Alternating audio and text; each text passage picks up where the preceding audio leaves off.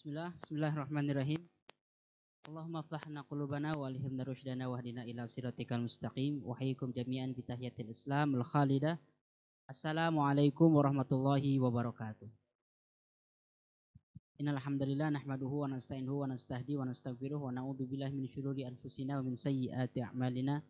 May yahdihillahu fala mudilla lahu wa may yudlil fala hadiyalah. Asyhadu an la ilaha illallah wa asyhadu anna Muhammadan abduhu wa rasuluhu la nabiyya ba'da.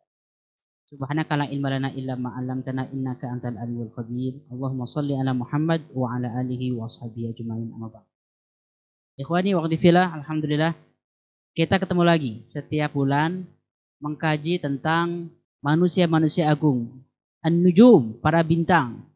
Kata para ulama, kalau kita mengikuti salah satu sahabat Nabi Muhammad yang mana aja, insya Allah kita akan terbimbing. Bukan hanya nabinya yang hebat, tapi generasi yang dibangun oleh sang nabi semuanya hebat. Rasul mengatakan khairul quruni qarni. Sebaik-baik generasi adalah generasiku. Tsummal ladina yalunahum tsummal ladina yalunahum. Kemudian generasi setelahnya dan generasi setelahnya. Jadi kawan-kawan, kalau kita mengkaji manusia agung di zaman Nabi, insya Allah kita akan terinspirasi. Karena kita anak-anak muda sekarang sangat butuh pada contoh, pada role model. Belum muncul nih ya. Kita butuh contoh, butuh role model kawan-kawan. Karena sekarang kita anak-anak muda ini ditawarkan, disodorkan, disajikan setiap hari di media sosial dengan tokoh-tokoh, dengan figur-figur yang membuat kita, menurut saya, tidak mampu berpikir besar. Membuat kita berpikir makin egois. Membuat anak-anak muda, apalagi anak muda di usia 20 sampai usia 27 tahun, berpikir untuk kemapanan diri dan keluarganya. Disebutnya generasi sandwich. Tahu sandwich kan? Ini kayak digencet nih, sandwich itu. Ada lapisan atas, lapisan bawah roti. Nah, itu sandwich tuh. Jadi kita digencet dari atas, dari bawah. Dari atas kita butuh orang tua yang perlu dibantu ekonominya, keluar sejak kesejahteraannya, secara finansial. Dari bawah kita juga punya suami, istri, anak-anak, tanggungan yang perlu kita fasilitasi dan perlu kita nafkahi. Sehingga generasi ini, generasi milenial, generasi sandwich ini kadang-kadang hidupnya habis hanya berpikir tentang kesejahteraan diri dan kesejahteraan anak istri. Itu masalah. Kenapa? Karena pada akhirnya kalau generasi hanya berpikir dirinya sendiri, siapa yang akan membawa umat ke tengah-tengah peradaban? Siapa yang akan membangun bangsa? Siapa yang akan memperjuangkan Quran dalam kehidupan? Siapa yang akan membawa Islam ini ke tengah-tengah pasar, ke parlemen? Siapa yang akan membawa Islam ini berkuasa lagi secara politik? Kita butuh inspirasi tokoh-tokoh hebat. Maka dari itu kawan-kawan yang saya hormati, serial The Muslim Hero di Al-Murabi ini sengaja menampilkan tokoh-tokoh hebat dari mulai Abu Bakar As-Siddiq, Umar bin Khattab, dan sekarang kita mengkaji Utsman bin Affan. Sebelumnya kita sudah membahas ya dua tokoh besar, Abu Bakar dan Umar, beberapa bulan terakhir. Sekarang saya akan melanjutkan kajian tentang Utsman bin Affan, khalifah ketiga, manusia terbaik setelah para nabi, setelah Abu Bakar dan Umar bin Khattab. Cerita ini adalah lanjutan dari cerita sebelumnya tentang Utsman bin Affan. Karena ceritanya cukup panjang, maka saya bagi dua. Sebagiannya saya jelaskan bagaimana peran kontribusi Utsman khususnya dalam ekonomi, secara finansial, dalam bisnis, infaknya. Sekarang saya akan lebih fokus bagaimana cerita Utsman bin Affan sebagai pemimpin. Sebagai orang yang memimpin umat dalam waktu yang cukup lama, 12-13 tahunan. Dan Utsman bin Affan ini kawan-kawan semua adalah pemimpin yang multitalenta. Multitalenta bukan hanya dalam bisnis, tapi juga sebagai leader dia strong, dia tegas, dan terbukti selama 12 tahunan itu memimpin umat Islam yang jaraknya, yang luasnya itu dari timur ke barat, dari mulai benua Asia, benua Afrika, dan sebagian benua Eropa itu diperintah oleh Utsman bin Affan. Kekuasaannya sangat luas sekali. Kekuasaan yang luas ini tidak mungkin dipimpin oleh pemimpin yang cemen, pemimpin yang lemah, pemimpin yang koruptif, nggak mungkin. Maka kawan-kawan semua, kalau kita butuh inspirasi para pemimpin hebat, para pemimpin baru, ya inilah contohnya Utsman bin Affan yang harus kita pelajari. Di antara para sahabat Nabi ada sahabat-sahabat utama, ada 10 jumlahnya yang disebut Asyarul Mubasysyirina bil Jannah, yaitu para sahabat yang sudah diberikan jaminan oleh Rasulullah sebagai ahli surga. Tidak semua sahabat diberikan jaminan itu, tapi 10 orang ini adalah orang-orang yang terbaik. Siapa saja? Abu Bakar, Umar, Utsman, Ali, 4 orang. Lalu Thalhah bin Ubaidillah, Zubair bin Awam, Sa'ad bin Abi Waqqas, Abdurrahman bin Auf, Sa'id bin Zaid, dan juga Abu Ubaidah al-Jarrah. Itu 10 orang yang dijamin masuk surga. Jadi kalau kita ingin mencari role model, kalau kita ingin mencari generasi terbaik, kalau kita ingin mencari panduan, nah kita cari dari orang-orang terbaik ini. Salah satunya adalah Utsman bin Affan. Baik, saya akan mulai cerita dulu kawan-kawan dari review apa yang sudah kita pelajari bulan yang lalu ya, tentang siapa itu Utsman bin Affan secara umum. Bentar, saya harus menampilkannya karena biar kawan-kawan bisa melihat presentasinya. Muncul ya, sudah ya?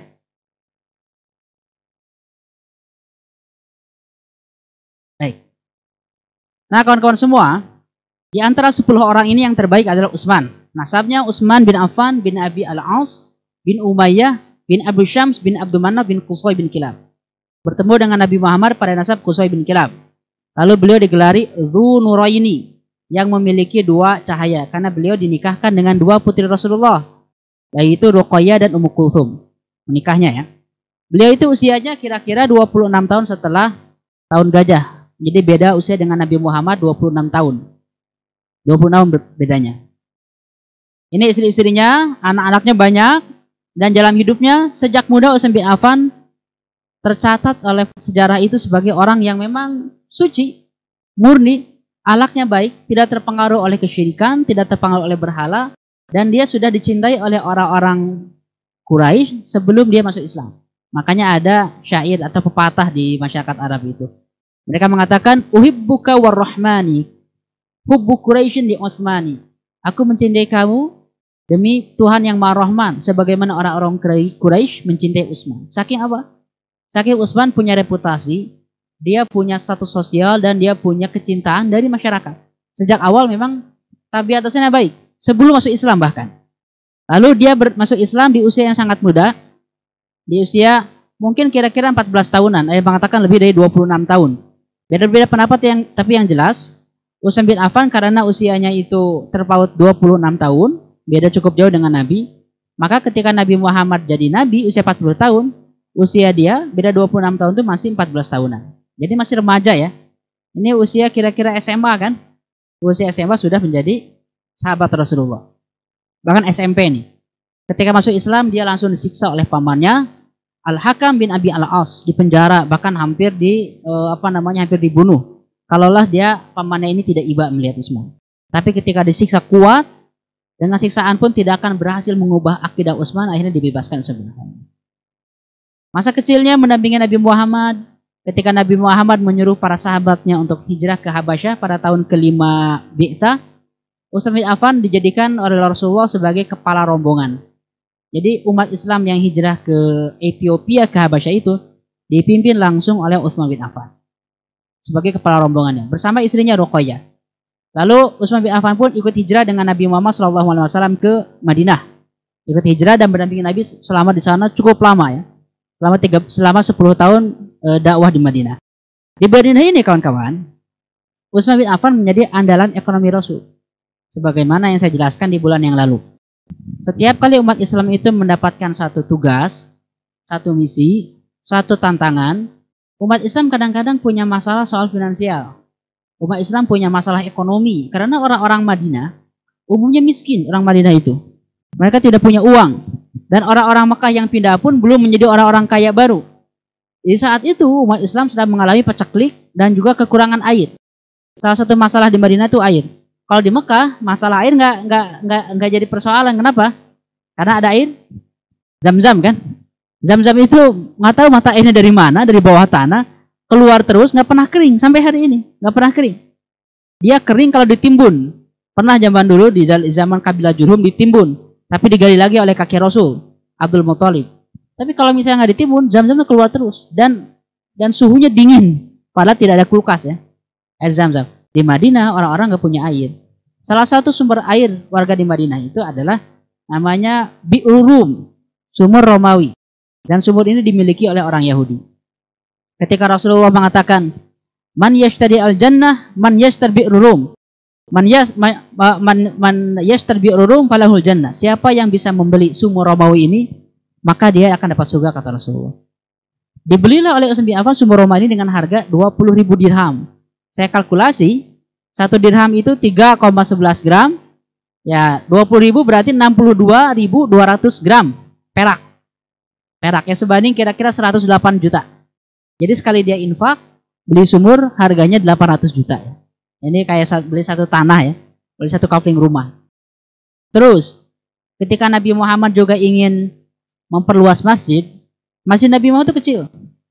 Sedangkan orang-orang yang datang ke Madinah makin banyak, para pendatang dari Mekah, dari Yaman, dari Syam, dari berbagai negeri datang terus, sehingga masjid sudah tidak bisa lagi menampung jamaah salat wajibnya. Sehingga umat Islam perlu memperluas masjid, dan Rasul tidak punya uang untuk memperluas masjid, karena di sekitar masjid itu ada perumahan-perumahan. Kalau kita mau ya, kan Nabi Muhammad pemimpin, ini Nabi bahkan, tinggal minta aja. Tanahnya coba wakafkan ya, hibahkan buat masjid, diperluas. Kalau mau ngomong gitu kan gampang. Sebagaimana ini nih ada rumah nih kiri kanan nih, di samping Al-Murabi ini. Kalau masjid ingin diperluas, rumahnya tinggal dibilangnya sama Nabi, tolong rumahnya kasih ke masjid. Pasti orang akan nurut. Apalagi di sekitar masjid semuanya umat Islam, murid-murid sang Nabi, pasti mereka nurut. Tapi Nabi Muhammad tidak mau mengambil harta sahabatnya dengan paksaan ataupun dengan tekanan ataupun dengan persuasi dikasih langsung, enggak. Nabi Muhammad ingin agar rumah-rumah mereka dibayar, dibeli tanahnya, tapi nggak ada uang. Saat itulah Utsman bin Affan menawarkan lagi. Dia membeli rumah-rumah dan tanah-tanah sekitar masjid itu dengan harga 25.000 dirham. Ini sebanding dengan 1 miliar 10 ribu. 1 miliar 10 juta. Jadi 1 M ini dia memperluas tanah-tanah di sekitar masjid. Angkanya mungkin sedikit sekarang. Angkanya sedikit. Tapi zaman dulu angka segini kan besar sekali. Jadi setiap kali ada masalah keuangan, Nabi Muhammad meminta Utsman bin Affan sebagai pahlawannya, kontribusi finansialnya. Lalu dalam perang-perang, Utsman bin Affan semuanya ikut. Perang Badar beliau ikut pada tahun 2 Hijriah. Lalu perang Badar beliau nggak ikut. Kenapa? Karena dalam perang Badar ini, Utsman bin Affan disuruh oleh Nabi Muhammad untuk menjaga putrinya. Menjaga putrinya itu Ruqayyah. Ruqayyah sedang sakit parah dan Utsman bin Affan suruh menjaga istrinya itu agar dirawat. Karena kalau misalnya istrinya ini tidak dirawat, Nabi Muhammad kepikiran. Putrinya sendiri ya, coba Anda mau datang ke pengajian nggak kalau anak lagi sakit parah, lagi demam? Mungkin izin ya ke pengajiannya. Atau kuliah atau kerja pun mungkin kita izin. Apalagi ini ya, istri Utsman ini, putri Rasulullah itu sedang sakit parah dalam kondisi sakaratul maut. Dan betul, istrinya ini meninggal sebelum Rasulullah pulang lagi ke Madinah ketika perang Badar. Jadi ketika Rasulullah menang perang Badar, dia menang bahagia, tapi begitu pulang ke Madinah, mendapati putrinya sudah wafat. Istrinya Utsman bin Affan. Makanya Utsman tidak diizinkan oleh Rasul untuk ikut perang Badar. Bukan berarti takut. Hati-hati kawan-kawan, karena di sini ada celah, ada fitnah yang diceritakan oleh orang-orang, mengatakan bahwa Utsman bin Affan ini pengecut. Buktinya dia tidak ikut perang Badar. Dia jelas tidak ikut perang Badar karena Rasulullah yang melarang Utsman bin Affan untuk ikut perang. Rasul menyuruh Utsman untuk fokus menjaga putrinya. Dalam perang Qatafan dan perang Yaturiko, Utsman pun disuruh oleh Rasulullah sebagai wakil Nabi di Madinah. Tidak diizinkan untuk ikut berperang. Tapi yang lain-lain ikutan. Perang Uhud ikut, perang Ahzab ikut, Hudaybiyah ikut, Khaybar ikut, Hunain ikut, Tabuk ikut. Dalam semua perang Utsman bin Affan ikut dalam perang-perang. Sehingga tidak ada seorang pun yang bisa menjudge, menuduh Utsman bin Affan seorang muslim yang penipu.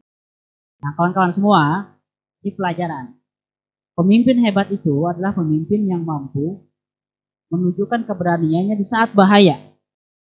Di saat bahaya. Nanti Anda akan lihat ya, ketika saya menceritakan bab tentang kepemimpinan Utsman, beliau itu orang yang paling depan di tengah-tengah bahaya. Saya takut. Jadi kalau ada pemimpin begitu ada bahaya sedikit dia kabur, dia korbankan rakyatnya, itu pemimpin yang cemen. Pemimpin yang hebat itu adalah pemimpin yang paling depan ketika ada bahaya. Lihat, semua pemimpin di zaman Nabi, Rasulullah, Abu Bakar, Umar, Utsman, bahkan Ali, apalagi Ali, semuanya orang-orang yang berani. Begitu ada bahaya, dia paling depan. Dalam perang Rasulullah paling depan. Umar paling depan juga. Kalau nggak dilarang oleh para sahabat, Umar itu ingin masuk perang terus, tapi dilarang oleh para sahabat. Enggak. Kau ini kan kepala negara, maka nggak boleh keluar dari Madinah, dari ibu kota. Kau di dalam sebagai pemimpin utama dan mengendalikan seluruh kondisi melalui surat menyurat. Kalau hari ini ada, mungkin seperti orang yang tinggal di kantor mengamati CCTV dan juga pakai koordinasi WhatsApp. Itu tugas Umar bin Khattab. Tapi kalau enggak, Umar bin Khattab ingin terjun ke masyarakat, ingin terjun langsung dalam jihad. Utsman pun sama. Kalau tidak dilarang oleh Nabi, dia pasti ikutan dalam seluruh perang. Dia anggapan bahwa Utsman itu pengecut, hati-hati ya, harus dibantah dengan apa? Dengan data, dengan ini. Semua perang ini ikut dia. Lalu dalam Bai'atul Ridwan, wah ini lebih bahaya lagi. Dulu umat Islam pernah menghadapi yang namanya Perjanjian Hudaybiyah. Perjanjian itu sebelum terjadi, umat Islam terancam akan diperangi. Maka umat Islam perlu mengirimkan utusan. Rasulullah mau umroh pada tahun ke-6 Hijriah, tapi dicegat oleh orang-orang kafir Quraisy Makkah. Dari Madinah mau umroh. Ketika dicegat, orang-orang Quraisy mengancam mau menyerang. Maka Nabi Muhammad perlu mengirim utusan datang ke dalam kota Mekah untuk menjelaskan bahwa kami ini datang pakai baju ihram, tidak bawa senjata, dan kami datang buat damai, buat umroh, bukan buat perang. Tapi siapa yang perlu dikirim? Nabi Muhammad kan tidak mungkin, belum ada instant messenger. Bagaimana pesan kita akan sampai ke mereka? Nabi Muhammad mengutus Umar bin Khattab. Umar bin Khattab agak enggan. Ya Rasulullah, jangan saya. Karena kalau saya masuk, kemungkinan saya dibunuh. Bukan saya takut mati, tapi misinya bakal gagal. Karena Umar bin Khattab itu sangat dibenci oleh orang-orang kafir Quraisy. Maka Nabi Muhammad mengutus Utsman bin Affan, orang yang memiliki posisi di tengah masyarakat. Tapi sebetulnya, bayangkan, umat Islam di Madinah, musuhnya di Mekah. Ini dua negara yang berperang, perang Badar, perang Uhud, perang Ahzab berperang. Lalu Utsman bin Affan berani mengemban tugas Nabi masuk ke sarang musuh, ke sarang singa ini. Masuk ke sarang musuh.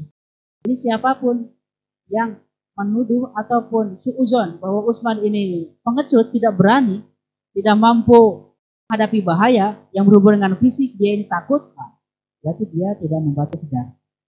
Justru Utsman bin Affan yang seorang diri berangkat dari perkemahan Nabi masuk ke dalam kota Mekah yang bisa jadi diancam, kan bisa jadi dia dihilangkan nyawanya di dalam kota Mekah. Tapi Utsman yang dikirim akhirnya misinya berhasil. Misinya berhasil, umat Islam membuat perjanjian Hudaybiyah dengan orang-orang kafir. Ini pada tahun ke-6 Hijriah dalam Bai'atul Ridwan. Perang Tabuk juga ikutan Utsman bin Affan. Bahkan dalam perang Tabuk ini beliau menjadi orang yang paling banyak infaknya. Total infak Utsman bin Affan itu saya kalkulasi sekitar 136 miliar rupiah dalam satu hari. Kirim unta terus, kirim unta dengan perlengkapannya. Ya Rasulullah, mi'atu minal ibin bi akhlasi wa aktabiha. 100 unta dengan perlengkapannya, total dikasih. Dipuji oleh Rasulullah, ma dara Utsman wa fa'alu ba'dal yaum. Tidak akan membahayakan Utsman apapun yang dia lakukan setelah hari ini. Setelah dipuji kayak gitu, masih infak lagi. Sampai sekitar berapa ini? 600 sampai 200, 300, 900 unta semua. Dengan emas, dengan perlengkapannya ya sekitar 136 miliar. Dalam satu hari. Ada orang infak kayak gini nggak sekarang? Walaupun sekarang angka segini mungkin tidak terlalu besar ya. Zaman dulu gede sekali angka segini. Sekarang kalau Utsman bin Affan ada, infaknya bukan miliaran lagi, triliunan barangkali. Nah, ini pemimpin butuh kemampuan apa? Kemampuan dermawan, tidak pelit, tidak mikirin tentang proyeknya sendiri. Ini penting saya sampaikan. Karena Anda tidak bisa memahami leadership Utsman bin Affan kecuali dengan memahami karakter sifat asli. Leadership itu adalah gabungan dari karakter asli seseorang. Leadership itu tidak bisa dilatih di training hanya seminggu 2 minggu. Pelatihan leader hebat dalam waktu 3 sesi, dalam waktu 3 hari nggak bisa. Leadership itu dibangun mentalitasnya. Dan mentalitas yang paling sulit apa coba? Mentalitas dermawan itu sulit. Karena perlu dibangun dari kecil. Kalau sejak mudanya biasa pelit, bakhil, setelah jadi pemimpin apa yang terjadi? Yang dia pikirkan adalah perutnya sendiri, ngumpulin harta terus. Kalau bisa dengan korupsi. Itu yang akan dilakukan. Maka anggapan, tuduhan Utsman bin Affan memperbanyak harta, mengumpulkan duit terus, hati-hati. Semua tuduhan itu terbantahkan dengan infak dia yang di luar imajinasi manusia. Sepanjang sejarah bersama Rasulullah SAW. Nah, sekarang kita akan bahas bagaimana beliau Utsman bin Affan ini sebagai leader, sebagai pemimpin. Bukan hanya sebagai follower dia jago, bisa infak mendukung Nabi.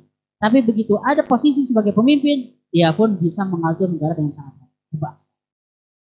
Negara saat itu kawan-kawan, kondisinya sangat terbatas ya secara administrasi, secara sistem sosial tidak ada pembukuan. Bahkan orang-orang Arab tidak terbiasa nulis.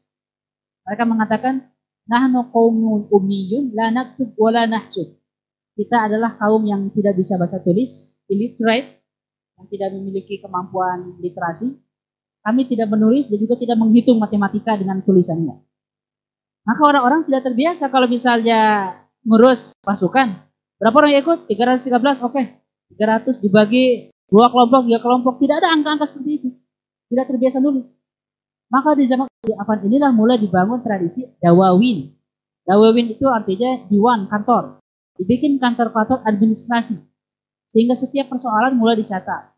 Ada sensus penduduk. Ada sensus penduduk. Zaman dulu, kalau misalnya dapat harta rampasan perang, itu langsung dibagi. Kalau misalnya dapat harta rampasan perang 100 miliar misalnya, maka 4/5-nya dibagi ke tentara.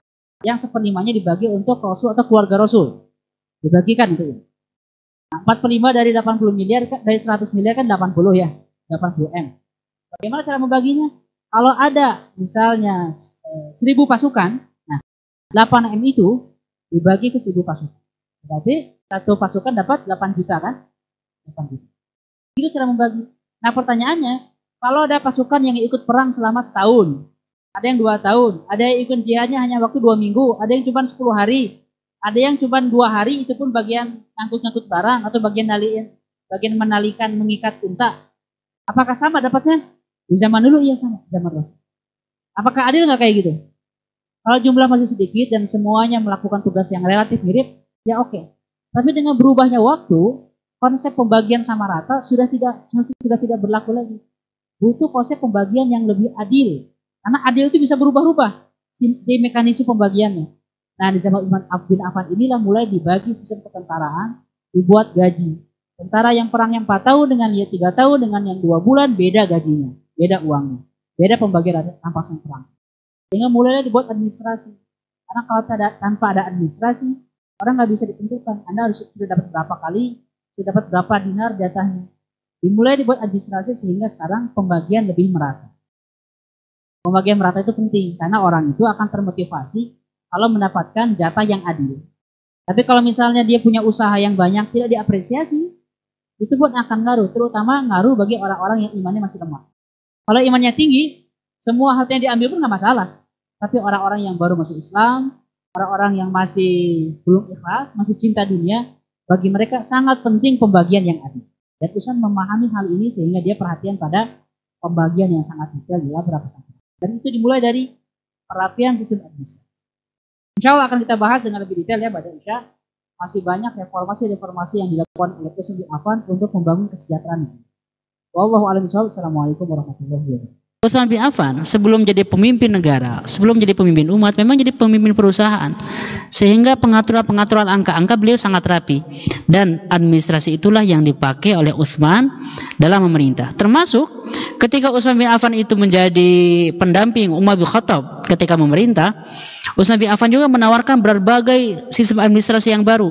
Yang puncaknya menurut saya, kemampuan administrasi Utsman bin Affan itu terlihat bukan dalam kebijakan ekonomi, tapi ketika dia punya gagasan untuk mengkodifikasi ataupun menyeragamkan penulisan Al-Quran. Inilah menurut saya karya terunggul, karya terbaik dari Utsman bin Affan. Kalau tidak ada ide dari Utsman bin Affan, biiznillah, mungkin kita akan sulit membaca Al-Quran hari ini. Karena di zaman Utsman bin Affan inilah diseragamkan cara membacanya. Ada A, I, U-nya, ada titik, koma, itu ada. Sebelumnya Al-Quran dihafalkan di pikiran, dihafalkan di dalam kepala para sahabat, dihafalkan di dalam kolbu mereka, tapi tidak ditulis. Jadi kalau ada orang non-Arab, orang Irak misalnya, atau orang misalnya dari Ethiopia, Habasya, atau orang Romawi masuk Islam, terus belajar Al-Quran, cara dia baca pasti akan berbeda. Coba ya misalnya kalau ada huruf seperti ini lengkungan, terus mim terakhirnya, bagaimana kita membacanya? Yang mengerti akan baca bismi, tapi orang yang tidak mengerti bisa jadi nismi, bisa tismi, bisa tismu, ya kan? Bisa apa lagi? Pakai fa juga bisa, sismu bisa. Nah, di zaman Utsman bin Affan itu diseragamkan, jangan sampai ada orang yang salah baca. Beda titik beda kan, ada ba, ada ta, ada sa, ada ja, ada ha, ada kho, itu beda itu kan, 3 huruf. Maka di zaman Utsman bin Affan diseragamkan sehingga siapapun mau Arab non Arab begitu baca tes Al-Quran bacanya akan benar. Sampai hari ini kita terjaga dari kesalahan membaca Al-Quran berkat kontribusi kejeniusan Utsman bin Affan. Ini efek dari seorang yang ahli dalam administrasi. Nah sekarang kawan-kawan, Utsman bin Affan yang sudah saya ceritakan sejak beliau muda, masa kecilnya. Lalu Utsman bin Affan ketika beliau itu menjadi pendamping Abu Bakar As-Siddiq, pendamping Umar bin Khattab. Sekarang Utsman bin Affan akan mendapatkan ujiannya sendiri sebagai pemimpin tertinggi umat Islam. Bagaimana prosesnya? Ceritanya akan saya jelaskan dengan cukup detail. Karena di sini ada sumber-sumber fitnah, ada celah-celah yang bikin orang salah faham dan nanti digunakan oleh musuh-musuh agama, musuh-musuh Islam untuk memfitnah agama ini. Saya ingin ngasih tahu dulu, sejarah Islam bukan sejarah suci. Ada kesalahan, ada kekurangan, ada juga orang-orang yang pernah melakukan kejahatan, ada juga. Itu sejarah Islam, bukan sejarah malaikat. Tapi kekurangan ini harus dibandingkan dengan kebaikan dan juga kontribusi yang diberikan oleh umat Islam pada kemanusiaan. Gitu cara membaca sejarah. Sehingga ketika kita membaca sejarah sahabat pun tetap aja ada konflik-konflik, ketidaksukaan ataupun ada kesalahpahaman. Itu harus difahami sebagai fondasi membaca sejarah. Nah sekarang bagaimana sih proses beralihnya dari Umar bin Khattab ke Utsman bin Affan? Ceritanya Umar bin Khattab itu ada yang menikam, Abu Lu'lu namanya, seorang majusi, budak majusi. Beliau sakaratul maut, sedang di penghujung nafasnya. Tapi beliau berpikir, sebelum saya meninggal, saya harus menciptakan satu sistem pemilu baru. Ingat, garis bawah ini. Umar menciptakan satu sistem pemilu yang baru. Karena sistem ini tidak ada contohnya di zaman Nabi, tidak ada contohnya di zaman Abu Bakar As-Siddiq, nggak ada dalam Al-Quran. Orang yang mengatakan bahwa sistem politik Islam diajarkan dalam Quran dan Sunnah, tegakkan sistem khilafah, no, tidak ada. Tidak ada yang namanya sistem khilafah dalam Al-Quran, tidak ada yang namanya sistem khilafah di zaman Rasulullah SAW, tidak ada. Yang ada adalah konsep tentang kepemimpinan, bahwa umat Islam perlu menjadi pemimpin, perlu menjadi khalifah fil ard. Jadi khalifah itu artinya pemimpin, bukan sistem politik. Nah, Umar bin Khattab berkreasi, beliau ngarang, berimajinasi, kreatif.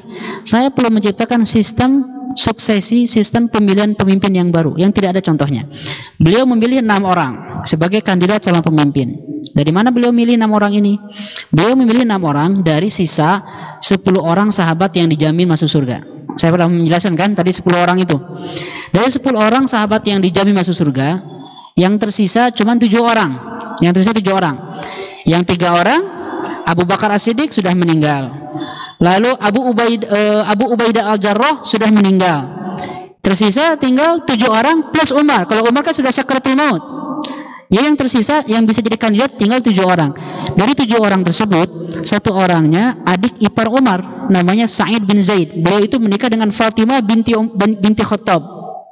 Maka, nah ini kalau misalnya Sa'id bin Zaid ini dicalonkan, boleh nggak? Menurut Anda? Kan ini ahli surga ya? Ahli surga, soalnya boleh nggak? Iya, dia pemimpin juga, punya potensi juga. Cuman Umar sangat teliti. Bagi saya ini terlalu teliti, tapi bagus. Dia tidak ingin ada anggapan bahwa Umar bin Khattab memilih kandidat dari keluarganya sendiri, alias apa? Nepotisme kan? Maka Umar bin Khattab mengeluarkan Sa'id bin Zaid dari kandidat calon pemimpin, tersisa 6 orang. 6 orang itu adalah Utsman bin Affan, Ali bin Abi Thalib, Talha bin Ubaidillah, Zubair bin Awam, Sa'ad bin Abi Waqqas, dan Abdurrahman bin Auf. 6 orang sisanya. 6 orang ini saya tetapkan sebagai calon pemimpin. Ini menurut Umar. Siapa yang memilih 6 orang? Umar. Tidak dengan pemilihan, tidak dengan verifikasi KPU, tidak dengan pencalonan, nanti yang ada dukungan dia bisa nyalon, enggak. Umar yang memilih. Sistem seperti ini adalah sistem kekhilafahan yang baru di zaman Umar. Boleh enggak? Boleh, silakan ngarang. Tapi sistem pemerintahan ini tidak bisa diadopsi oleh kita. Enggak bisa. Boleh diadopsi, tapi kalau saya nggak mau sih. Ada yang mau nggak? Kalau ada mau nggak? Pemimpin baru, kandidatnya capres nih, capres Indonesia dipilih oleh pemimpin sebelumnya. Ada yang mau nggak? Saya akan tentukan 3 capres Indonesia tahun 2024. Namanya adalah, ya itulah, Anda tahu sendiri. Mungkin presiden sebelumnya akan memilih 3 kandidat yang menurut dia paling layak versi dia, versi presiden. Presiden Amerika baru dipilih oleh Joe Biden, nggak ada yang mau. Kenapa? Karena kita menginginkan pemimpin yang mewakili kita, yang kita inginkan, yang kita anggap pemimpin yang ideal menurut kita. Nah, kita berkompetisi, maka setiap orang mencalonkan. Tapi di zaman Umar tidak ada kompetisi. Tidak ada kompetisi. Saya menentukan 6 calon pemimpin terbaik menurut saya. Cuman yang memilihnya ini bukan orang biasa, kawan-kawan. Yang memilih kandidat ini adalah manusia terbaik setelah Nabi dan Abu Bakar, Umar bin Khattab, kan? Bahkan ketika ada peluang nepotisme di exclusion, disingkirkan nih Sa'id bin Zaid ini. Tinggal sisa 6 orang. 6 orang calon pemimpin. Lalu Umar membuat tim sebagai kepala pemilihan umumnya. Siapa? Nah, anaknya sendiri, Abdullah bin Umar, ketua KPU, Komisi Pemilihan Umum, kan? Yang memilih ketua KPU Umar langsung. Kalau hari ini yang memilih KPU-nya presiden agak repot. Harus dengan sistem yang lain. Waktu pemilihannya 3 hari. Dalam 3 hari 6 kandidat ini perlu rapat, perlu musyawarah. Musyawarah langsung, ngobrol langsung, itu adalah salah satu cara mengimplementasikan syuro. Salah satu, bukan satu-satunya. Mereka berkumpul 3 hari di sebuah rumah, antara rumah Aisyah atau rumah Fatimah binti Qais al-Fihriyah. Para sejarawan berbeda pendapat antara 2 rumah ini. Terlalu rumah Aisyah kita anggap ya. Berkumpul di rumah Aisyah selama 3 hari 3 malam, tidak boleh keluar rumah, harus tinggal di situ. Toilet ada, makanan disediakan, dan kalau sholat tidak ke masjid, sholat di situ. Yang menjadi pemimpin dalam sholat harus orang lain. Dipimpinlah oleh Suhaib Ar-Rumi. Umar memerintahkan, Suhaib, kamu jadi imam sholat dalam 5 kali sholat sehari itu. Jangan sampai ada di antara 6 kandidat ini jadi imam. Takut apa? Takut cenderung jadi pemimpin, kan? Yang jadi imam di antara 6 orang ini siapa yang bacanya paling bagus, yang paling tinggi ilmunya? Ali, yang paling tinggi ilmunya. Ali jadi imam misalnya karena paling hafal Quran, paling jago pemahaman agamanya. Nanti orang jadi terpengaruh gara-gara jadi imam sholat dipilih jadi pemimpin. Nah, nggak boleh. Dipilih jadi pemimpin karena memang dia layak. Maka tidak boleh jadi imam. 6 orang ini dipilih oleh Suhaib Ar-Rumi. Terus yang mengawasi andaikan. Pengandaian ini saya kira tidak akan terjadi karena ini yang 6 kandidat orang-orang soleh semua, dipimpin KPU-nya oleh Abdullah bin Umar, orang yang sangat tegas. Tapi tetap saja Umar bin Khattab memberikan alternatif semampu beliau. Beliau memberikan istilahnya exit plan. Exit plan itu kemungkinan terburuk. Andaikan ada masalah, perlu ada pengawasnya, alias badan pengawas pemilu, Banwaslunya. Namanya Al-Miqdad bin Al-Aswad dan Abu Tolhah Al-Ansari. 2 orang ini mengawasi, jangan sampai keluar dari prosedur. Terus alternatif kedua nih, andaikan 6 orang ini tidak bisa memutuskan, tidak ada kesepakatan, tidak ada aklamasi, maka planning berikutnya, alternatif pertama, kalau hasilnya seri, maka Abdullah bin Umar memutuskan mekanisme follow up. Anaknya, ketua KPU, andaikan seri. Tapi anaknya ini juga jujur.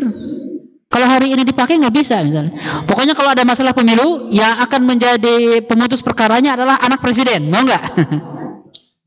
Nggak ada yang mau. Jadi sistem, saya katakan sekali lagi kawan-kawan, saudara-saudara, kalau Anda belajar sejarah politik, sejarah perpolitikan di zaman Khulafaur Rasyidun, Anda akan paham bahwa sistem khilafah di zaman para sahabat itu tidak bisa diterapkan di Indonesia. Dengan alasan ini.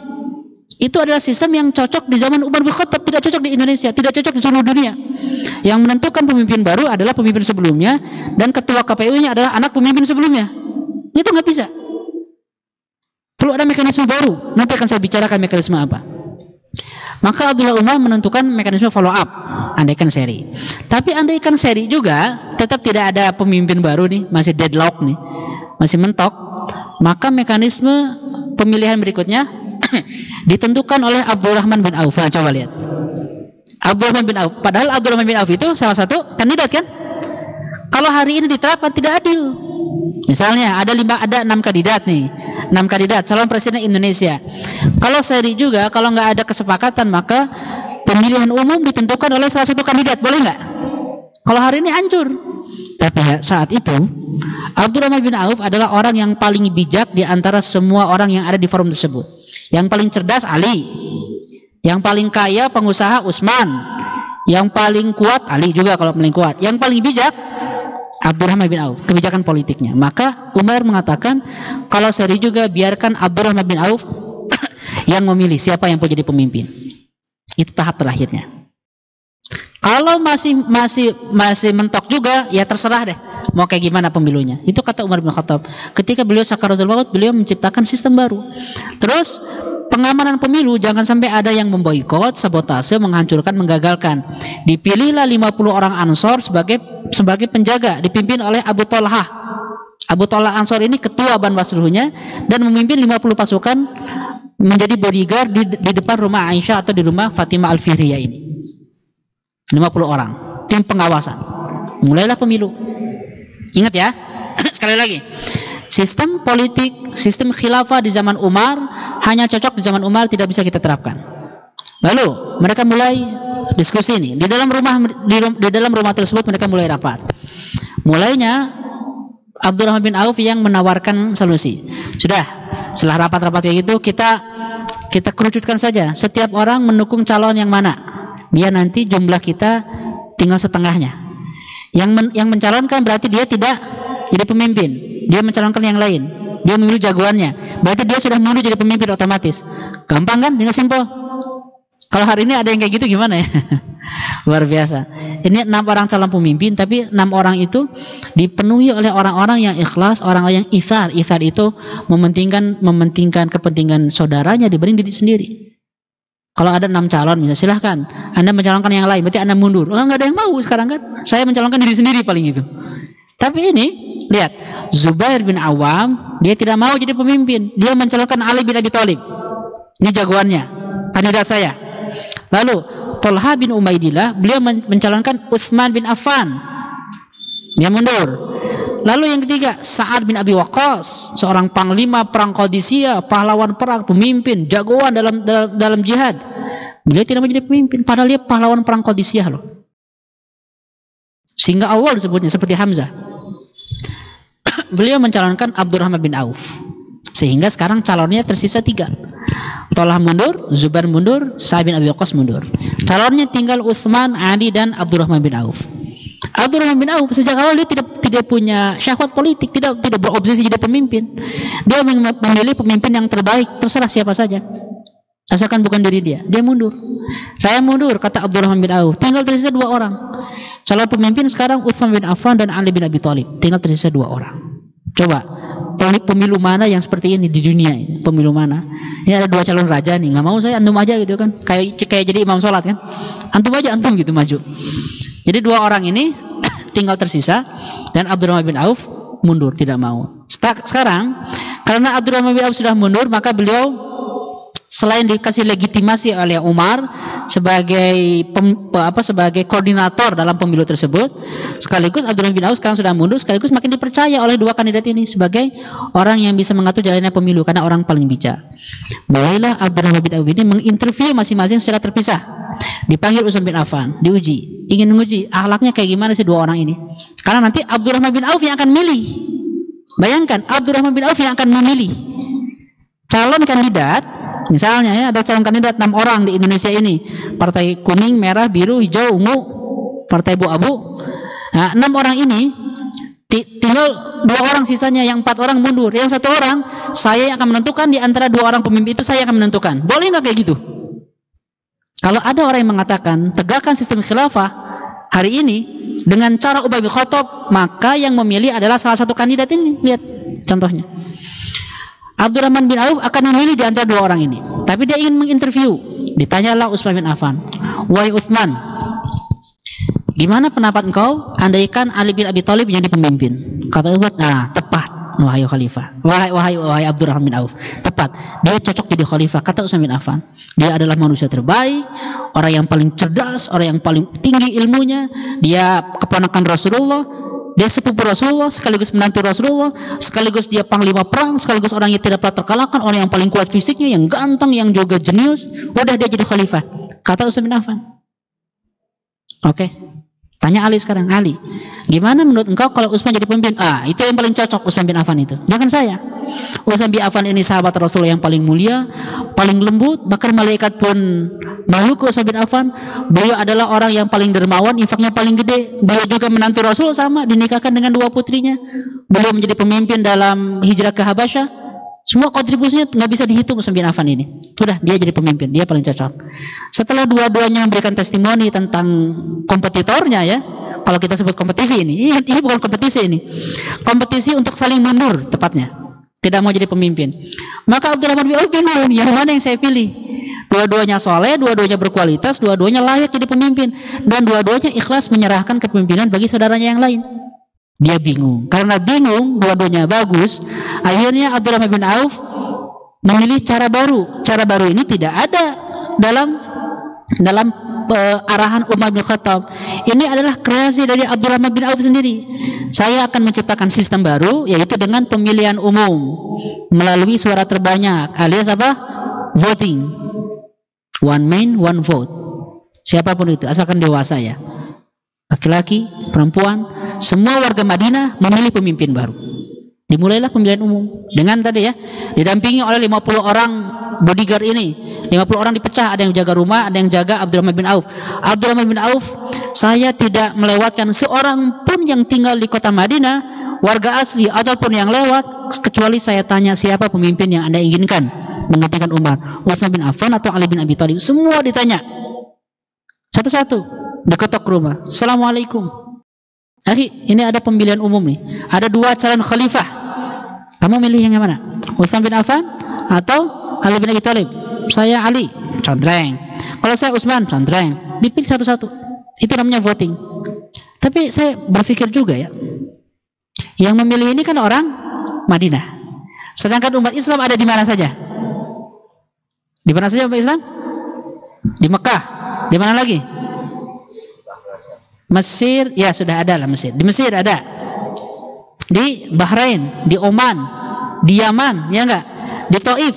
Umat Islam tersebar di seluruh jazirah Arab, tapi yang ditanya kok cuma orang Madinah. Kalau Anda ingin menerapkan sistem khilafah seperti zaman Umar, maka yang memilih pemimpin baru adalah warga ibu kota. Warga Jakarta. Maka orang Makassar nggak usah milih, orang Surabaya nggak usah milih, orang Papua, orang Aceh, orang Baru nggak usah milih. Yang milih hanya orang Jakarta. Bekasi nggak masuk, Depok nggak masuk, Bogor nggak masuk. Hanya warga ibu kota yang memilih calon presiden. Bahkan hanya warga di sekitar istana yang memilih presiden. Itu sistem yang ada di zaman Umar bin Khattab. Tidak mewakili seluruh populasi umat Islam, tapi hanya ditanya orang-orang yang tinggal dekat dengan pusat pemerintahan. Apa alasannya coba? Anda tahu nggak alasannya apa? Coba dikritisi. Kenapa? Hanya orang Madinah yang ditanya. Karena belum ada WA. Belum ada WA. Kalau ingin nanya orang-orang di Mesir, perjalanan dulu jauh. Ingin nanya orang di Mekah, Mekah itu 500 km. Naik unta 50 km per hari. Berarti harus 10 hari berangkat ke Mekah, 10 hari pulang ke Mekah. Prosesnya pemilihan umumnya 1 hari. 21 hari dibutuhkan untuk nanya orang Mekah ingin memilih pemimpin yang mana. 21 hari. Ingin nanya ke Taif bisa 21 hari tambahan. Ingin nanya ke Yaman bisa sebulan. Ingin nanya ke Mesir bisa sebulan. Itu yang dibutuhkan waktunya untuk mendapatkan suara dari daerah. Maka tidak memungkinkan. Yang memungkinkan udah warga ibu kota saja. Sistem tersebut cocok untuk di zaman Umar bin Khattab. Dan warga-warga di Mekah, warga di Taif, warga di Yaman, warga Muslim di Mesir merasa diwakili oleh orang-orang yang tinggal di Madinah Al-Munawwarah. Diwakili. Kalau kita tidak diwakili oleh Jakarta. Jadi kawan-kawan, Anda perlu paham sistem ini, bahwa sistem politik selalu mengikuti perkembangan zaman. Setelah diadakan pemilu, ternyata suara terbanyak diraih oleh Utsman bin Affan. Beliau jadi pemimpin baru sekarang. Dipilih secara pemilihan umum dengan suara terbanyak. Kalau ada orang yang menolak pemilu, boleh-boleh aja ya, saya ini hak pribadi masing-masing. Tapi kalau ada orang yang menolak pemilihan umum, golput dengan alasan ini sistem togut, dengan alasan ini sistem demokrasi liberal barat kafir, ya minimal saya bisa bilang dia orang yang tidak membaca sejarah Umar bin Khattab dan Utsman bin Affan. Karena sistem pemilihan umum itu sebelum dilakukan di Amerika abad 17, 18, sebelum dilakukan di Eropa, sudah dilakukan oleh Utsman bin Affan, sudah dilakukan oleh Abdurrahman bin Auf di zaman Umar bin Khattab ini. Pemilihan umum dengan suara terbanyak. Yang mengatakan pemilihan dengan suara terbanyak itu sistem demokrasi bukan syura, dia tidak baca sejarah. Saya tidak tahu, cerdas atau tidak cerdas, yang jelas dia tidak baca sejarah. Kalau baca sejarah Utsman bin Affan ini, Anda akan mendapatkan bagaimana proses pemilihan Utsman bin Affan dengan voting, atau suara terbanyak. Namanya bukan demokrasi, namanya bukan republik atau bukan sistem yang modern sekarang, cuman esensinya sama. Gitu kawan-kawan ya. Terpilihlah sekarang Utsman bin Affan sebagai pemimpin. Memimpin selama 12 tahun atau 13 tahunan. Cukup lama memimpin ini dan juga memberikan kesejahteraan. Saya tidak bisa menjelaskan dengan detail bagaimana kepemimpinan di zaman Utsman bin Affan ya. Karena ini sejarah 13 tahun ini sejarah yang sangat dalam. Bagaimana beliau membuat pembagian tanah, penanggalan, bagaimana sistem keuangan, bagaimana kementerian-kementerian hukum juga dibangun. Ali bin Abi Thalib salah satu hakim. Selama 13 tahun itu Ali bin Abi Thalib mendampingi Utsman bin Affan sebagai menterinya, sebagai konsultannya, sebagai hakim tertingginya. Sistem hukum itu. Militer diperbaiki, administrasinya diperbaiki, tentara digaji, tentara yang berjuang lama dengan yang sebentar, beda gajinya, penghasilannya. Itu untuk proses keadilan. Di zaman Rasul tidak ada, Abu Bakar, Umar tidak ada. Di zaman Utsman baru dibuat sistem yang sangat rapi. Mengadopsi dari mana? Utsman bin Affan mengadopsi sistem yang ada di Persia, sistem yang ada di Romawi, dijiplak tidak apa-apa. Tidak masalah. Tidak ada larangan untuk menjiplak, meniru sistem politik, sistem ekonomi, sistem administrasi, sistem sosial dari peradaban lain selama tidak bertentangan dengan nilai Allah. Tidak bertentangan. Ribanya dibuang. Kecurangan, kelicikan, khurafat, kesyirikan itu dibuang. Tapi sistem administrasi yang rapi, ilmu pengetahuan, matematikanya, lalu juga pemberkasan, sistem sensus penduduk, umat Islam tidak punya warisan pelajaran itu dari Quran Sunnah, dan kita dapatkan dari peradaban Persia atau peradaban Romawi. Enggak masalah kawan-kawan. Hari ini ada orang yang alergi belajar kayak gitu karena mungkin tidak paham tentang visi Islam dalam membangun kehidupan. Panjang ceritanya bagaimana pemerintah Utsman bin Affan, dan karena ini adalah kajian pengenalan, maka saya singkat. Setelah membangun kesejahteraan di mana-mana, ada efeknya. Apa efeknya? Efek ini adalah efek dari kemajuan, dan sudah dikhawatirkan oleh Rasulullah sejak zaman dulu. Mal faqru akhsha ilaikum, kata Rasulullah. Bukanlah kefakiran yang aku takutkan, tapi ad-dunya yang aku takutkan adalah dunia yang terbuka. Dunia ini akan merusak kalian sebagaimana merusak kaum-kaum sebelum kalian, kata Nabi Muhammad. Nabi Muhammad khawatir umat Islam ini mulai cinta dunia dan mulai goyang, mulai melenceng, mulai merusak akhlaknya. Dan itu yang terjadi. Bukan salah Utsman, tapi kenapa?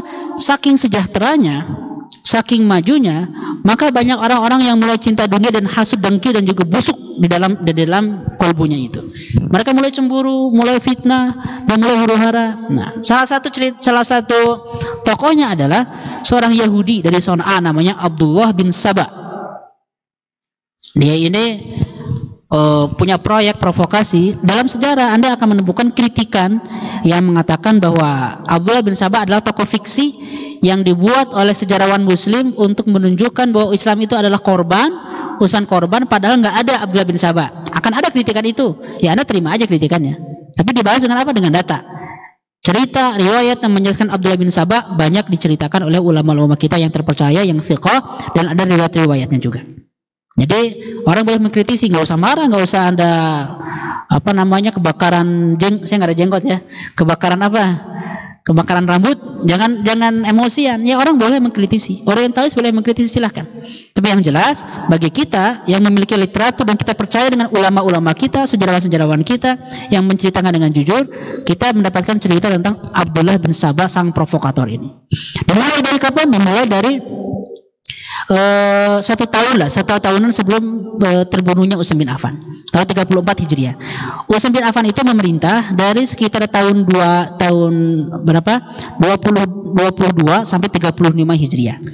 Abu Bakar 2 tahun 11 sampai 13. Lalu Umar bin Khattab 10 tahun, 13 sampai 23 atau 22-an. Nah, 22 sampai 35, 13 tahun, 12 tahunan pemerintahan Utsman bin Affan. Kenapa angkanya tidak akurat, Kang? Karena penghitungan tahun Hijriah itu berbeda dengan tahun Masehi. Ini dikira-kira saja. Berbeda kan? Ada beberapa hari yang berkurang di Hijriah itu. Nah, kawan-kawan semua, Abdullah bin Saba ini bikin provokasi kemana-mana. Ada beberapa isu yang dia sebarkan. Pertama, isu bahwa Utsman bin Affan itu nepotisme. Ingat, isu adalah bagian dari Islamofobia di zaman itu ya. Bagian dari fitnah terhadap Islam, bisa fitnah terhadap Islam, bisa fitnah terhadap tokoh Muslim, bisa fitnah terhadap diri kita sendiri. Berbagai bentuknya itu adalah isu fitnah hoax yang disebarkan. Bagaimana cara menangkalnya? Suatu hari barangkali Anda mendapatkan ujian ini. Barangkali Anda diuji Allah dengan fitnah terhadap istri Anda, terhadap suami Anda, terhadap anak-anak, terhadap keluarga, terhadap sahabat, terhadap lembaga Anda, terhadap keuangan organisasi Anda. Ada fitnah tuh. Apa yang dilakukan? Jawablah fitnah dengan data. Kita bahas datanya sekarang. Utsman bin Affan katanya nepotisme. Coba kita lihat. Utsman bin Affan mengangkat ratusan pemimpin, mengangkat 16 gubernur, mengangkat ratusan anggota administrasi, bagian administrasi tentara, pasar, semuanya diangkat oleh Utsman bin Affan karena dia punya wewenang full. Tapi yang paling jadi sorotan adalah para pemimpin kota, karena yang paling tinggi jabatannya setelah khalifah siapa? Gubernur kan? Ada presiden, ada gubernur, ada wali kota. Di zaman dulu ada khalifah, ada wali. Wali itu gubernur. Wali bagi gubernur Mesir, gubernur Syam, gubernur Yaman, ada gubernur-gubernurnya. Nah, di zaman Utsman bin Affan ada pembagian 16 distrik. Dari 16 distrik tersebut, Utsman bin Affan dari suku apa? Ada yang tahu nggak? Ada yang tahu nggak suku apa tadi? Suku naon, sok. Nih, lihat, suku Bani Umayyah. Lihat, sini namanya Anda bisa lihat. Utsman bin Affan dari Bani Umayyah bin Al-As bin Umayyah. Maka beliau disebut dengan Bani Umayyah. Ini sama dengan sukunya Abu Sufyan. Sama dengan sukunya Abu Sufyan, Bani Umayyah. Bani Umayyah ini salah satu kabilah ataupun suku yang paling kaya di Mekah. Suku yang paling kaya. Kalau Bani Hashim tidak kaya, tapi terhormat karena memiliki Zair Zamzam, keluarga Nabi. Kalau Bani Taim, Abu Bakar As-Siddiq lemah secara ekonomi, secara politik militer. Bani Makhzum yang paling kuat secara militer. Di situ ada Abu Jahal, ada Khalid bin Walid, dan juga kaya, cuma nomor 2 setelah Bani Umayyah. Nah, Bani Umayyah ini orang paling kaya, banyak para pengusaha Bani Umayyah itu. Lalu ketika Utsman bin Affan mengangkat pemimpin dari 16 gubernur, hanya 2 atau 3 gubernur yang berasal dari Bani Umayyah. Ya kan? 1/8. Berapa persen itu? 13%-an ya. 13%-an. 1/8 dari 16 gubernur itu dari Bani Umayyah. Itu pun dari 3 gubernur atau 2 gubernur itu, salah satunya diangkat oleh Umar bin Khattab sebelum Utsman bin Affan. Misalnya Muawiyah bin Abi Sufyan. Nanti akan mendengar nama ini di zaman Ali bin Abi Thalib ya. Dan juga di akhir hayat Utsman bin Affan ini. Muawiyah itu anaknya Abu Sufyan. Mu'alaf, masuk Islam. Dan Muawiyah itu terbukti sebagai pemimpin yang sangat jenius. Di antara seluruh sahabat, kata para ulama, orang yang punya karakter raja terbaik adalah Muawiyah bin Abi Sufyan. Tenang, kalem, berwibawa. Dia selalu jadi pemimpin. Sejak kecil jadi pemimpin terus dia. Makanya Umar bin Khattab tidak pernah memecat. Lihat, Umar bin Khattab itu memecat Khalid bin Walid berkali-kali gara-gara ada yang tidak cocok dengan administrasi Umar bin Khattab. Umar bin Khattab bahkan memecat Abu Ubaidah Al-Jarrah yang sangat dipuji oleh beliau, yang derajatnya paling tinggi, ahli surga, tapi tetap aja nggak bebas, nggak dari dari evaluasi Umar bin Khattab. Begitu ada salah, pecat Umar bin Khattab. Tapi Muawiyah saking profesionalnya, saking jujurnya, nggak pernah dipecat. Selama 10 tahun pemerintahan Umar bin Khattab. Jadi Utsman bin Affan hanya melanjutkan gubernur berkualitas yang diangkat oleh Umar bin Khattab. Bukan dia milih sendiri. Itu pun jumlahnya cuma 2 orang. Sisanya 14 atau 15 orang atau 13 orang. Ini adalah gubernur-gubernur dari kabilah di luar Utsman bin Affan. Tapi isunya Utsman bin Affan nepotisme. Maka silahkan Anda bandingkan antara isu dengan fakta. Termasuk saya dulu waktu saya SMA, saya baca sejarah Utsman bin Affan dari beberapa literatur. Salah satunya mungkin dari Muhammad Hussein Haikal. Wah, hati-hati itu. Ada beberapa tafsiran yang kadang-kadang bikin kita suudzon. Saya pernah dialog dengan bapak saya. Wah, saya kurang enak ya. Ternyata Utsman bin Affan kayak gini ya. Pantasan umat Islam hancur. Itu kesimpulan saya. Pantesan umat Islam hancur, provokasi, fitnah, dan juga orang nggak setuju. Pantesan, kenapa? Karena dia nepotisme, mengangkat kerabat-kerabatnya sendiri. Hati-hati kawan-kawan. Data tersebut harus Anda baca dengan klaim tersebut harus Anda baca dengan data sejarah. Ini data saya buktikan. Anda bisa baca referensi sejarah dari cerita-cerita yang sahih tentang nama-nama gubernur yang diangkat oleh Utsman bin Affan. Utsman bin Affan adalah salah seorang yang memilih tim dengan kualitas personalitinya, dengan profesionalismenya, dengan skillnya, bukan dari kabilahnya. Ini terjawab ya soal isu nepotisme ini. Lalu Quran, anggapan bahwa Utsman bin Affan semena-mena menghancurkan seluruh Quran dan menyisakan satu Quran. Kita dibutuhkan, kenapa? Karena Al-Quran banyak versi penulisannya, dan beberapa sahabat ada memiliki cara baca berbeda yang nggak masalah. Tapi Al-Quran ditetapkan di zaman Utsman bin Affan cara bacanya sesuai dengan lahjah atau logat bangsa Quraisy yang ada di Mekah. Dia seragam, kalau enggak bisa hancur ke depan, banyak versinya cara bacanya. Ada beberapa sahabat yang kurang sepakat, yang nggak masalah kurang sepakat. Yang penting umat Islam memiliki satu panduan yang paling utuh. Jadi Utsman bin Affan tidak mengubah Quran satu huruf pun, hanya menyeragamkan cara bacanya sesuai dengan cara baca Rasulullah, sesuai dengan cara baca orang-orang Quraisy yang paling bagus bahasa Arabnya. Absen jihad katanya, ini isu nih. Utsman bin Affan lemah absen jihad. Tadi saya sudah menjelaskan kan, kenapa absen jihad? Satu, disuruh oleh Rasulullah menjaga putrinya. Kebetulan qadarullah, istri Utsman itu putri Rasulullah. Jadi Rasulullah yang menyuruh, tolong jaga putri saya ya, istri kamu ini. Saya mau perang, saya tidak mau kepikiran. Kalau ada masalah, pasti kepikiran. Barangkali Anda akan absen jihad gara-gara istri lagi sakit panas misalnya. Rasulullah ingin fokus dalam berjihad, tolong jaga putrinya. Jadi Utsman bin Affan tidak diizinkan oleh Rasulullah ikut perang Badar, padahal beliau sudah siap. Begitu tidak dilarang oleh Rasulullah, beliau ikut seluruh jihad. Dalam beberapa jihad bukan hanya ikut perang, bukan hanya mengorbankan jiwa, tapi mengorbankan uang juga, sampai 136 miliar dalam perang Tabuk. Jadi seluruh jihad dia ikut. Dalam beberapa jihad justru Utsman bin Affan disuruh untuk mewakili Rasulullah menjadi pemimpin Madinah. Maka nggak ada alasan menuduh Utsman bin Affan sering absen jihad. Terus isu hoax, fitnah bahwa Utsman bin Affan lemah kepemimpinannya. Coba bayangkan, di sini ada yang mampu mengelola organisasi yang membernya dari Aceh sampai Papua, jangan segitulah, membernya ini dari dari Jakarta sampai Ciwidey, ini membernya nih ya, Bandung Jakarta aja, tapi tidak ada grup WhatsApp, tidak ada internet, hanya lewat surat menyurat. Silakan koordinasi coba. Warga Jabodetabek dan Bandung, Jawa Barat dikoordinasi tanpa ada internet, coba. Bisa nggak? Bisa nggak membangun kesejahteraan tanpa ada koordinasi yang sangat canggih seperti sekarang? Alat komunikasi nggak ada, tapi bisa membangun kesejahteraan, bisa membangun warga ini makmur, bisa nggak? Utsman bin Affan membangun umat dari India, sebagian daerah Cina, Timur Tengah, Jazirah Arab, Afrika Utara, sampai ke ujung sana, sampai ke Mesir, di Afrika Utara, Mesir itu, sampai daerah Syam.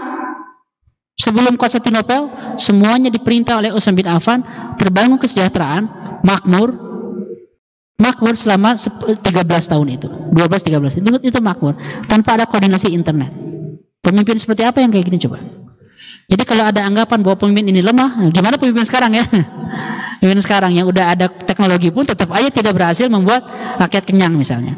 Jadi Utsman bin Affan justru menunjukkan strong leader, pemimpin yang sangat kuat karena bisa mengelola stabilitas umat selama bertahun-tahun. Tapi tetap saja fitnah-fitnah ini disebar terus. Ketika fitnah ini disebar, Abdullah bin Sabah ini membawa leader-leader demonstrasi. Mulailah datang demonstran dari berbagai negeri. Dan memang perencanaannya sangat rapi sekali. Perencanaannya sangat sistematis. Mereka datang di waktu ketika umat Islam ibadah haji. Di bulan Zulhijjah tahun 35 Hijriah. Datanglah rombongan dari 3 penjuru, dari Mesir, dari Kufah, dan dari Basrah. Lihat pemimpinnya. Dari Mesir ada Al-Ghafiqi bin Harb bersama dia, Abdullah bin Sabah. Lalu rombongan demonstran dari Kufah, Ammar bin Al-Asam, Zaid bin Sukhan bin Abdi. Dari Basrah, Harqus bin Zuhair Al-Sa'adi, Hakim bin Jablah Al-Abdi. Ini rombongan demonstran dari 3 daerah, 3 provinsi. Datang mereka ke Madinah di bulan Zulhijjah. Di bulan Zulhijjah ini, para sahabat Nabi yang tinggal di Mekah, di Madinah banyak. Saya tidak tahu jumlah pastinya berapa di tahun Utsman ini karena tidak ada sensus ya. Tapi yang tersisa cuma 700 orang. Yang tersisa, yang tidak ikut ibadah haji. Zaman dulu haji tinggal berangkat aja kan, tidak ada kuota. Coba kalkulasikan, andaikan mungkin misalnya ada 4 kali lipat, andaikan ya. Kita asumsikan 4 kali lipat, berarti laki-laki yang ada di zaman Utsman bin Affan, para pejuangnya laki-laki zaman dulu, berarti ada Berapa tuh? 2.800. Kalau 4 kali lipat. Kalau 10 kali lipat berarti ada 7.000 kan? Nah, Abdullah bin Sabah tahu kalau nyerang demonstrasi ketika umat Islam banyak, laki-laki pejuangnya melindungi Utsman, nggak akan berhasil demonstrasinya. Karena tujuannya mereka ini ingin menzalimi Utsman, bukan hanya protes. Maka mereka memilih waktu yang paling tepat ketika sahabat-sahabat ibadah haji. Berangkatlah sahabat-sahabat ibadah haji, tinggal yang tersisa hanya 700 laki-laki, 700 pejuang bersama Utsman bin Affan di kota Madinah. Datang. Lalu orang-orang yang dari Mesir ini komplain. Mereka meminta Gubernur Mesir tolong ganti katanya, karena dia tidak becus menindas kita. Padahal nggak kayak gitu. Kalaupun iya, ya udah tinggal diganti aja. Tapi nyalahin ke Utsman semuanya. Mereka ingin agar Gubernur Mesir diganti dengan Muhammad bin Abu Bakar. Itu tuntutannya. Lalu mereka pun nuduh Utsman bin Affan korupsi, nepotisme, lemah. Semua tuduhan mereka dijawab oleh Utsman bin Affan sendirian, langsung. Begitu demonstran datang, 2.000 orang demonstran dari Mesir, Kufah dan Basrah. Utsman bin Affan langsung menghadapinya seorang diri. Ini juga pelajaran bagi kita. Seorang leader yang strong, yang kuat, dia tidak takut menghadapi demonstran. Demonstran mau ngapain? Mau nusuk? Mau lempar pakai telur? Mau melempar batu? Mau ngapain? Itu mungkin terjadi. Itu mungkin terjadi. Demonstran dari jarak jauh lempar tombak bisa terjadi. Tapi keberanian pemimpinlah yang menentukan apakah berani menghadapi orang-orang seperti itu. Mereka pun tidak akan langsung nyerang kalau pemimpinnya datang menghadapi demonstran dan menjawab baik-baik. Jadi kalau ada, ini indikator nih, kalau Anda memilih pemimpin di masa depan ya, pilihlah pemimpin-pemimpin yang berani menghadapi demonstran dan menghadapi langsung. Nah, jangan disosiasikan dengan siapapun ya, pikirkan sendiri. Pemimpin yang hebat adalah pemimpin yang berani menghadapi protes, orang-orang yang protes tanpa bersembunyi di balik bentengnya dan mengerahkan aparat-aparat nembakin pakai water cannon. Dia datang, brave, berani. Setelah didatangi, dijawab dengan ilmiah, satu pertanyaan, dijawab dengan ilmiah. Akhirnya demonstran ini reda. Ternyata seperti itu toh katanya. Tidak seperti yang difitnahkan. Utsman bin Affan keren, hebat, soleh, jujur, kompeten. Bubar. Fitnahnya gagal. Abdullah bin Sabah ini gagal. Mereka harus bubar. Akhirnya bubar lagi. Rakyatnya, orang-orang yang terprovokasi panas oleh Abdullah bin Sabah dan yang lain-lain, pulang ke negerinya masing-masing. Ke Kufah, ke Basrah, ke Mesir. Mulai berjalan pulang. Berarti misi Abdullah bin Sabah gagal nih di bulan Zulhijjah ini. Tapi kalau misalnya dicoba lagi di waktu yang lain, ini belum tentu berhasil nih, tahun depan lagi kemudian diberantas si pemberontak ini. Maka dia bikin strategi. Nah, dalam sejarah kita akan baca misalnya dalam buku sejarahnya Utsman bin Affan karangan Ali Muhammad As-Salabi, atau dalam kajian-kajian Dr. Roqib As-Sirjani. Anda lihat dalam kuliah-kuliah umumnya. Kita akan dapatkan cerita tentang bagaimana Abdullah bin Sabah menulis surat palsu. Dia bikin surat palsu. Di surat palsu tersebut tertulis gini: kalau rombongan ini sampai ke Mesir, surat tertuju kepada gubernur Mesir ya, suratnya ini. Begitu rombongan dari Mesir ini pulang dari Madinah ke Mesir, bantai mereka semua. Di tanda tangan Utsman bin Affan. Di tangan, atau di situ ada yang mengatakan juga diduga Utsman bin Affan atau Marwan bin Hakam. Marwan bin Hakam adalah salah satu pejabat di zaman Utsman bin Affan. Di tanda tangan capnya itu, dan tanda tangannya palsu. Tanda tangannya palsu, dipalsukan. Surat yang ditujukan ke gubernur Mesir yang menyatakan kalau rombongan ini pulang, tolong bantai mereka semua. Lalu suratnya diselipkan ke salah seorang rombongan. Pulanglah mereka menuju Mesir. Di perjalanan baru juga di luar Madinah, baru beberapa kilometer gitu. Abdullah bin Sabah kan dia yang merancang strategi ini. Kok bisa ya kita diizinkan? Jangan-jangan ini siasat nih. Kita dijawab dengan baik-baik, disuruh pulang, nanti kita pulang barangkali ada siasatnya Utsman bin Affan nih. Dia coba kita cek, barangkali ada yang berkhianat di antara kita. Digeledahlah pasukan ini, ketika digeledah ada satu surat. Nah, ini ada surat apa?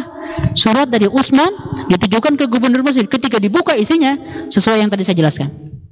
Maka rombongan dari Mesir marah semuanya. Wah, pengkhianat ternyata. Ternyata kita semua dikibulin oleh Utsman bin Affan. Beliau ini mengkhianati kita. Beliau menjawab baik-baik di depan mata. Begitu kita pulang ke Mesir, kita akan dibantai oleh gubernur Mesir. Karena kita meminta gubernur Mesir digantikan oleh Muhammad bin Abu Bakar, ya kan? Akhirnya rombongan Mesir ini balik lagi. Dia ngirim utusan ke rombongan Kufah, ke rombongan Basrah untuk balik lagi ke Madinah. Balik lagi mereka dengan kemarahan yang luar biasa. Dikepunglah Madinah itu oleh 2.000 orang demonstran. Siapa yang melindungi Utsman saat ini? Yang melindungi Utsman, lihat nama-namanya. Ali bin Abi Thalib, Hasan bin Ali bin Abi Thalib, Husain bin Ali bin Abi Thalib, Abdullah bin Zubair bin Awam, Abdullah bin Umar, Abu Hurairah, Zaid bin Sabit. Orang-orang inilah yang melindungi Utsman bin Affan, sahabat-sahabat utama, dengan 700 orang yang lain. Nah, sekarang Utsman bin Affan dihadapkan pada dua pilihan. Demonstran ini bukan demo verbal lagi, sudah mengangkat senjata ingin membunuh Utsman bin Affan, ingin menzalimi, ingin mengeroyok Utsman bin Affan. 2.000 orang ini dilindungi oleh 700 orang. Ini rumah Utsman bin Affan, ini 700 orang, di luarnya 2.000 orang. Siap-siap perang ini. Pilihan Utsman bin Affan ada dua pilihannya. Pilihannya adalah berperang 700 lawan 2.000 atau menunda, mengulur waktu, membeli waktu terus ditunda sampai rombongan mana? Rombongan haji pulang ke Madinah. Ini tanggal 18 Zulhijjah kematiannya. Rombongan haji itu pulang 10 hari kira-kira. Kalau Utsman bin Affan bisa ngelobi kira-kira 10 hari, nanti di akhir bulan Zulhijjah tanggal 30, 29 barulah para sahabat pulang ke Madinah. Nah, kalau jumlahnya nanti sahabat ada pulang 3.000, 4.000 orang, ya 2.000 orang nggak akan berani. Pasti bubar sendiri, gitu pikiran Utsman bin Affan. Kenapa tidak memilih perang? Bisa perang. Ini adalah salah satu sikap Utsman yang paling heroik menurut saya dalam hidupnya. Yang paling heroik. Bukan gara-gara bertarungnya, bukan, tapi gara-gara pengorbanan dirinya. Kenapa heroik? Saya mengkalkulasi ini angka ini 700 orang. Anda tahu nggak 700 orang ini siapa ini? 700 orang sahabat Nabi. Anda tahu nggak 700 orang sahabat Nabi yang tinggal di Madinah itu pernah mengalami apa coba? Apa training yang mereka dapatkan dalam hidupnya? Mereka adalah alumni perang Badar, ya, alumni perang Uhud, alumni perang Ahzab, alumni perang Hunain. Orang Hunain itu 12.000 lawan 26.000. Alumni perang Tabuk, alumni yang pernah mengalahkan Persia dalam Qadisiyah, alumni yang pernah mengalahkan Romawi dalam Yarmuk. Nah, ini cuma menghadapi 2.000 orang. Mereka pernah menghadapi puluhan ribu orang, pernah menghadapi 26.000 orang dalam Hunain, pernah menghadapi 200.000 orang, bayangkan, dalam perang Yarmuk, dalam perang Mu'tah. Ini jumlah-jumlah yang mengerikan. Ya, ini cuma 2.000 orang. Kalau satu orang bisa menyikat 10 orang, ini berarti hanya dengan 200 orang habis nih 2.000 orang ini. 700 orang ini bisa menang. Tapi Utsman bin Affan punya kalkulasi lain. Betul, kita bisa menang melawan 2.000 orang ini, tapi pasti bakal banyak korban juga dari 700 orang sahabat ini. Mungkin Ali bin Abi Thalib akan terbunuh, mungkin Husain akan terbunuh, mungkin Abdullah bin Umar juga akan terbunuh. Ini adalah makhluk-makhluk langka. Sahabat-sahabat Nabi adalah makhluk yang sangat langka yang perlu dilestarikan. Ini seperti warisan dunia yang perlu dijaga. Andai kan sahabat Nabi usianya panjang hari ini ada, kita jaga tuh rumahnya tuh dengan ribuan bodyguard. Ingin ketemu juga susah, dijaga agar tidak ada virus semuanya. Karena ini adalah makhluk ciptaan Allah yang paling mulia yang masih tersisa. Kalau ada orang lahir setelah Nabi Muhammad, bukan lagi sahabat statusnya. Apa statusnya? Tabi'in, kan? Tabi'in. Anaknya Umar, kalau belum pernah ketemu dengan Rasul, bukan sahabat, tapi tabi'in. Tapi karena Abdullah bin Umar pernah ketemu Rasul, disebutnya sahabat. Maka sahabat Rasulullah yang masih tersisa di zaman Utsman tidak mau disia-siakan dengan bertarung dengan para demonstran sehingga meninggal. Itu pilihan Utsman bin Affan. Jadi beliau tidak mau berperang, walaupun bisa menang, tapi tidak mau menyia-nyiakan, tidak mau memberikan risiko bagi para sahabat yang masih tersisa. Beliau memilih untuk bertahan mengulur waktu. Ketika mengulur waktu ini, para demonstran sudah semakin kacau. Sudah huru-hara, sudah chaos di Madinah itu. Sudah mereka melakukan pembakaran, sudah mereka huru-hara, sudah menghancurin. Para sahabat Nabi berkumpul di sekitar rumah Utsman. Tapi karena rombongan ini banyak dan perintah Utsman tegas, tidak boleh ada perang. Tidak boleh ada perang. Maka sahabat-sahabat yang menjaga juga tidak bisa berperang. Dan mereka pun memang tidak ada perang. Tapi rombongan ini berhasil menerobos barisan bodyguard, barisan penjaga rumah Utsman ini, dan sebagiannya menyusup, bahkan sebagiannya sudah naik ke atap rumah Utsman bin Affan dan menerobos masuk. Di dalam rumah Utsman bin Affan sedang membaca Al-Quran. Ketika panik, Utsman bin Affan itu membaca Al-Quran. Ketika panik, gimana lagi? Demonstran di luar sudah kalap mereka ini. Sudah di luar akal sehat. Sebagian mereka masuk mendobrak dan masuk dari atas nerobos ke rumahnya, dan salah satu istri Utsman bin Affan juga melindungi Utsman. Para demonstran ini mulai menggunakan senjata tajam. Ada yang mulai mengajungkan pedangnya, dan pedangnya ini menyabat tangan istrinya Naila, sehingga putus tangannya ini dan mengenai Utsman bin Affan. Sebagiannya ada yang melemparkan tombak sehingga tertembuslah dari bahu depan ke belakangnya itu. Ketika Utsman bin Affan membaca Al-Quran, lalu dikeroyok lagi, ada yang menginjak. Wah, mengerikan ini. Jadi kisah akhir Utsman bin Affan adalah diterobos oleh para demonstran, orang-orang jahat ini, yang mungkin sebagian besar orang-orang munafik ini. Ini bukan sahabat-sahabat Nabi ini. Orang yang baru masuk Islam kemarin sore, orang yang cinta dunia, yang terprovokasi oleh Abdullah bin Sabah, masuk ke rumah Utsman bin Affan dan membunuh khalifah ketiga itu, dan beliau wafat di dalam rumahnya pada hari Jumat 18 Zulhijjah pada tahun 35 Hijriah. Setelah memerintah, setelah membangun peradaban Islam selama 12 atau 13 tahun setelah Umar bin Khattab. Wafatnya beliau dalam keadaan syahid. Dan inilah yang menjadi pembuka bagi konflik besar berkepanjangan setelah kematian ini. Syahidlah beliau, Utsman bin Affan ini, dalam kondisi yang sangat mengenaskan. Tapi beliau mengenaskan di dunia, tapi di akhiratnya insya Allah beliau mendapatkan surga. Semakin tinggi kapasitas seseorang manusia, semakin luas kontribusi dan juga perannya bagi umat Islam. Akhirnya selesailah kisah Utsman bin Affan ini, kisah sahabat Rasulullah ini, sahabat yang paling mulia, Dzun-Nuraini ini, dan kisah ini menjadi pembuka bagi kisah baru yang lebih menegangkan, yaitu kisah Ali bin Abi Thalib setelah Utsman bin Affan. Wallahu a'lam bishawab. Assalamualaikum warahmatullahi wabarakatuh.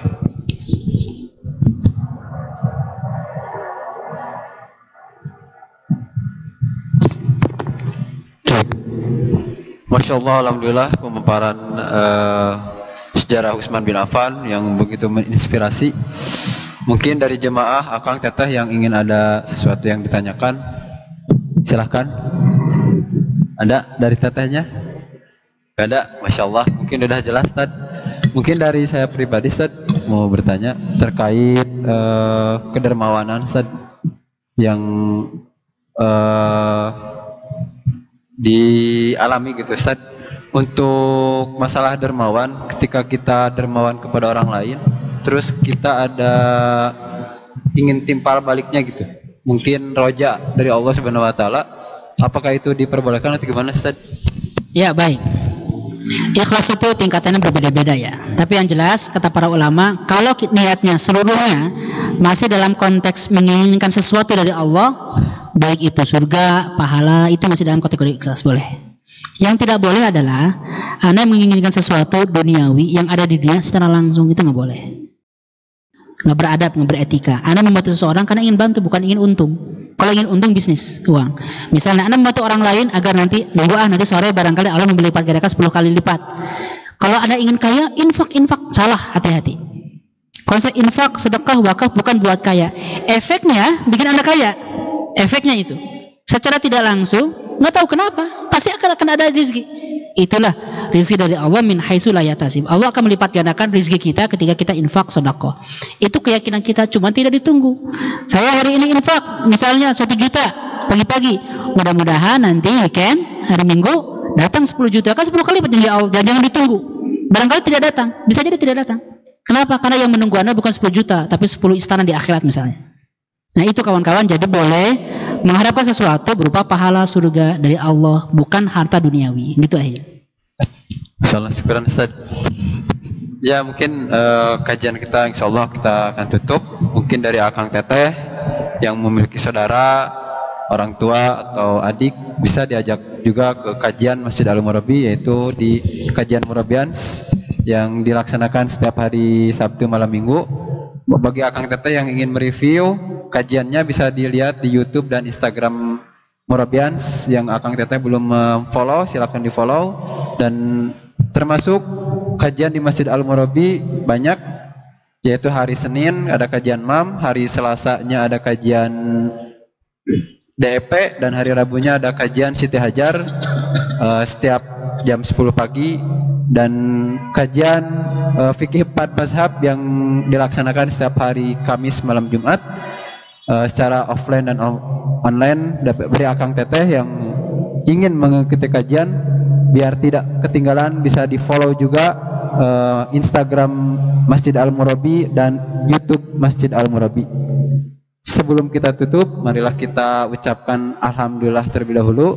Alhamdulillahirabbil alamin dan istighfar, astagfirullahalazim, astagfirullahalazim, astagfirullahalazim, dan kita tutup dengan kafaratul majlis. Subhanakallahumma bihamdika asyhadu an la ilaha illa anta astaghfiruka wa atubu ilaik.